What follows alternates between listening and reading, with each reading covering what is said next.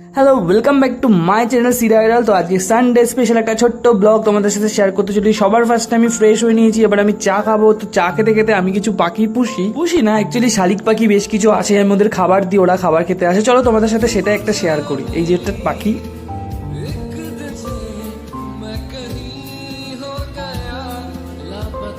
তো যথারীতি ও তো খাবার খাচ্ছে আর আমি এদিকে বাজারের জন্য বেরিয়ে পড়েছি রেডি হয়ে। তো আমি যাচ্ছি এখন বাজারে। চলো তোমাদের সাথে বাজারে শেয়ার করি। আজকে সানডে, তো বাজারে প্রচন্ড পরিমাণে ভিড় ছিল। তো ভিড় হলেও কিছু করার নেই, বাজারে তো আমাদেরকে যেতেই হবে। তো আমি এখান থেকে নিয়ে নিলাম বেশ কিছু পাবদা মাছ, আর এখানে বেশ ফ্রেশ একদম পটল বিক্রি হচ্ছিল। তো সেটাও নিয়ে আমি যথারীতি বাড়ি চলে এসেছি। চলো এবার আমাদের সাথে রান্নাটা শেয়ার করি। আমি বাজার তো কম করেছি, এখানে মানে রান্না করছিলাম গরম তেলের মধ্যে সর্ষে আর কাঁচা লঙ্কা ফোড়ন দিয়েছি, আর একটু থোর রান্না করছি, মানে যেটাকে বলে ভাড়ালি, মানে থোর। এর মধ্যে এবার লবণ দিলাম, হলুদ দিলাম, আর এর মধ্যে ফোড়ন দিয়েছিলাম সর্ষে, আর এটা ভেজে নিলাম। তো থোর ভাজা যথারীতি আমার রেডি। এবার আমি পাবদা মাছ করবো। তো পাবদা মাছগুলোকে ধুয়ে ফ্রেশ করে নিয়েছি। আমি এবার এটাকে লবণ আর হলুদ দেবো, কিছুটা রেখে দিলাম অন্য দিনের জন্য, আর কিছুটা হাফ করলাম।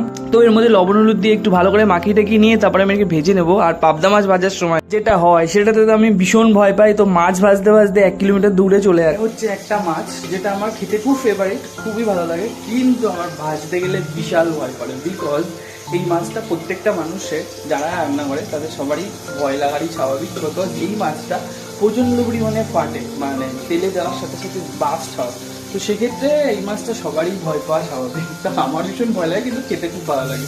তো চলো রান্নাটা দেখাই, কি করবো আজকে সবটাই তোমাদের সাথে শেয়ার করবো। তো চলো এবার আমি তোমাদেরকে পাবদা মাছের রেসিপিটা শেয়ার করি। তো মাছটা তো আমি ভেজে এক লাফ দিয়ে একদম মাছটা বাটির মধ্যে পড়লো। এবার আমি যেই তেলটার মধ্যে ভেজেছি সেই তেলের মধ্যে দিয়ে দিলাম ফোড়ন, জিরা আর কাঁচা লঙ্কা। আর এই সাদা জিরা আর কাঁচা লঙ্কাটা দেওয়ার পরে দিয়ে দিলাম এর মধ্যে একটু মানে জিরার গুঁড়ো, জাস্ট অল্প একটু। তারপরে দিয়ে দিলাম বেগুন আর আলু, মানে পাবদা মাছ দিয়ে বেগুন আলু দিয়ে পাতলা করে ঝোল। আর মানে এটা ভাজা করলাম। তো যে বেগুন আলুটা ভাজা হয়ে গেছে এর মধ্যে দিয়ে দিলাম জল। এবার জলটা ফুটতে থাকলো, ফুটার পরে আমি এর মধ্যে দিয়ে দিলাম মাছগুলো। তো মাছগুলো দেওয়ার পরে একটু মানে একটু থিতিয়ে নিলাম, তারপর দিয়ে দিলাম ধনে পাতা। তো ধনে পাতা দিয়ে বেশ কিছুক্ষণ ঢেকে দেবো। যথারীতি রেডি হয়ে যাবে আমার পাবদা মাছের ঝোল। আর এখানে হচ্ছে সবকিছু রেডি, পাবদা মাছের ঝোল আর হচ্ছে থোর ভাজা, আর এখানে তো ভাত তো আছেই। তো চলো এবার তোমাদের সাথে শেয়ার করি আর একটা জিনিস, এটা হচ্ছে আমি অনেকদিন ঘর বাড়ি ঝাড়া হয় না। তো আজকে মনে হলো চলো আজকে একটু ঘর বাড়িটা ঝাড়ি। আর সামনে আমার বাড়িতে একটু পুজো আছে, সেই ব্লগটাও আমি তোমাদের সাথে শেয়ার করবো। তো তার জন্য বারান্দাটা একটু ঝাড়ছি, পরিষ্কার পরিচ্ছন্ন করছি, তোমরা দেখতেই পাচ্ছ। তো অনেকদিন যেহেতু ঝাড়পোছ করা হয় না, তো সেক্ষেত্রে ঝুলঝুল একটু বেশিই পড়ে গেছিলো। তো অনেকক্ষণ টাইম, মানে আমার অনেকক্ষণ টাইম লেগেছে ঝুলঝুল ঝাড়তে। আজকে রোববার ছিল, তো কাজ ছিল না সেরকম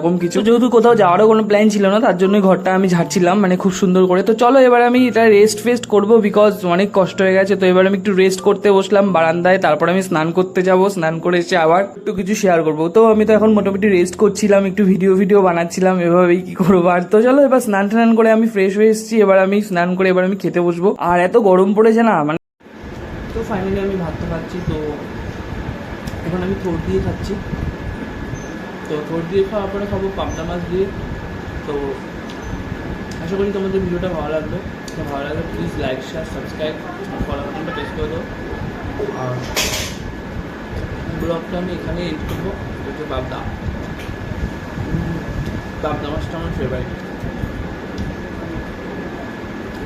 মাছ, জাস্ট ফেভারিট। চলো যাই হোক, সাইডে মোটর চলছে, তার মানে ট্যাঙ্কিতে জল উঠছে, তার জন্য একটা আওয়াজ হচ্ছে। তো টাটা। আর যদি ব্লগটা ভালো লাগে ফলো করে দিও প্লিজ।